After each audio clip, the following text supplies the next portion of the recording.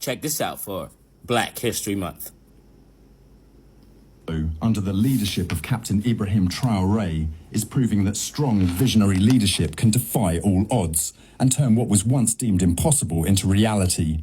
For decades, Africa has been portrayed as a continent that must depend on foreign powers for technological advancements. However, Burkina Faso is rewriting that narrative with a bold move that has stunned the world: the unveiling of Traore, the country's first electric solar-powered car. When Captain Ibrahim Traore said, "Perhaps everything we've done has surprised you, hasn't it? More changes might still surprise you." It was not just a statement, it was a declaration of intent. And now, just weeks into 2025, his words are materializing into tangible results that are sending shockwaves across the world. In a strategic and revolutionary move, Burkina Faso has unveiled its first ever locally assembled electric car, Traore. This is not just a milestone for the country, but a landmark event for West Africa and the entire African continent. Traore is more than just a car. It is a symbol of national pride, technological innovation, and economic independence. It embodies Burkina Faso's commitment to sustainable energy solutions and industrialization, proving that Africa does not need to rely on Western powers to drive progress. The Traore electric car stands out due to its cutting-edge technology and efficiency. 100% electric and solar-powered. Unlike traditional electric cars that rely on external electricity grids, Traore is powered by solar energy, making it a game-changer for Burkina Faso, where sunlight is abundant. 330-kilometer range with a 30-minute charge. This places Traore on par with some of the best electric vehicles globally, demonstrating that African innovation can compete at the highest level. Locally assembled in Burkina Faso. This is not a foreign manufactured product imported and rebranded. It is built and assembled within Burkina Faso, marking a significant step toward industrial self-sufficiency. Production facility in Ouaga 2000. The factory is expected to generate thousands of jobs, creating employment for engineers, technicians, and assembly workers, while boosting the nation's economy. The unveiling of Traore has left Western powers in disbelief. For years, Africa has been perceived as a consumer rather than a producer. Burkina Faso's ability to independently develop an advanced electric vehicle industry challenges this long-standing notion and signals a new era of African industrialization. This development aligns perfectly with Captain Ibrahim Traore's vision for Burkina Faso's economic independence. During his New Year's Eve address, he boldly revealed that several factories have already been built in secret without any public announcements. More factories will be constructed in 2025 as Burkina Faso accelerates its industrial development. This revelation shocked many because for the longest time, African leaders have conditioned their people to believe that development takes decades or never happens at all. Captain Traore, however, is proving that transformation can be swift and impactful. By keeping these projects low profile until completion, he has demonstrated a new model of leadership, one focused on results rather than empty promises. One key observation is that since assuming power, Captain Ibrahim Traore has never changed his vehicle.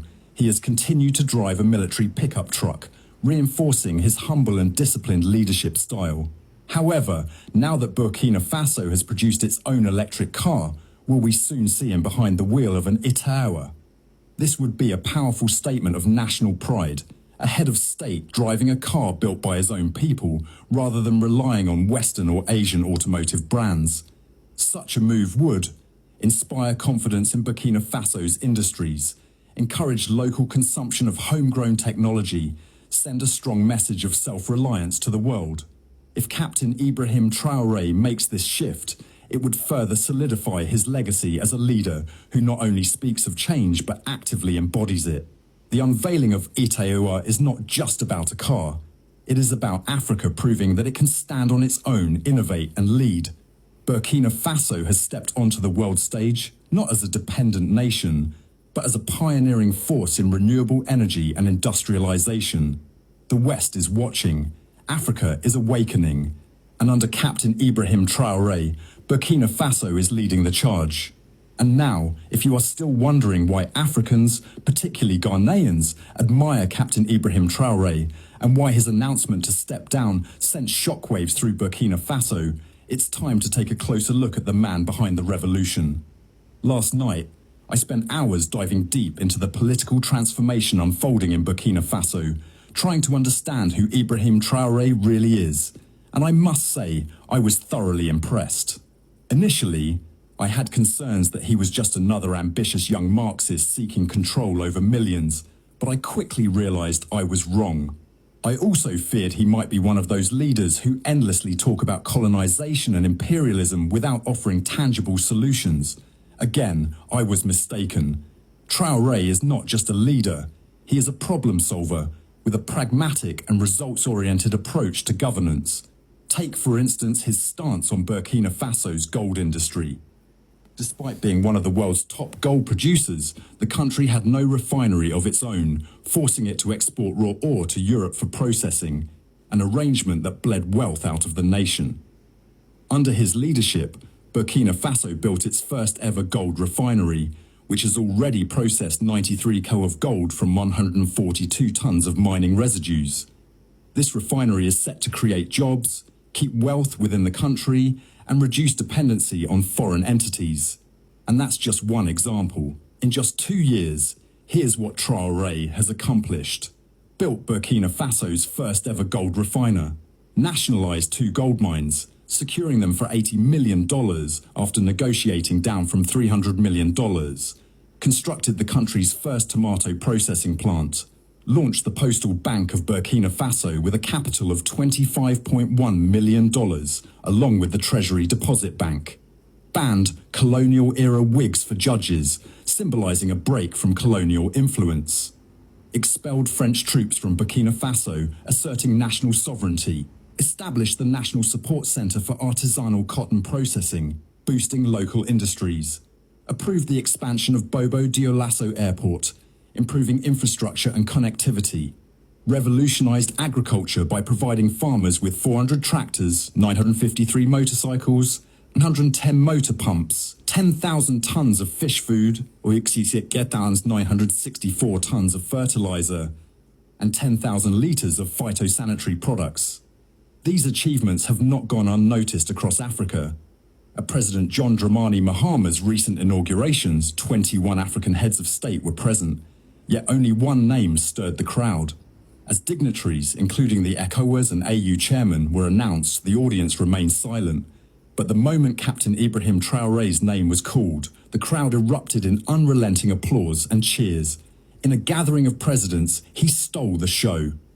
So why do millions of Africans, including Ghanaians, revere Ibrahim Traore? He prioritizes his country's development over foreign aid. Unlike many leaders who frequently travel abroad in search of loans, he remains in Burkina Faso, working relentlessly to solve structural problems. He cuts down on government waste, no luxury jets, no extravagant foreign trips. Instead, he channels resources into real development. He builds factories, not debt. Under his leadership, Burkina Faso is establishing pharmaceutical plants, tomato processing factories, cashew nut processing plants, waste treatment facilities, and even a nuclear plant. He creates jobs for the youth, with industrial projects such as the shea butter and edible oil production complex. Thousands of jobs are being created, reducing unemployment. He leads by example.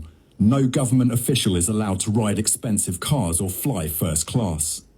Traore himself drives a used pickup truck while redirecting state funds toward national development. He secures Burkina Faso's natural resources. By nationalizing key industries and ensuring fairer deals, he is taking back control of the country's wealth. He rebalances the economy. Traore cut the salaries of ministers, managing directors, and high-ranking officials by 30%, while increasing civil servants' wages by 50%. We'll pause it right there. Wow. And he's real young. Why can't we do that? Oh, I know why. Because we depend on different things to get things accomplished. It's your boy.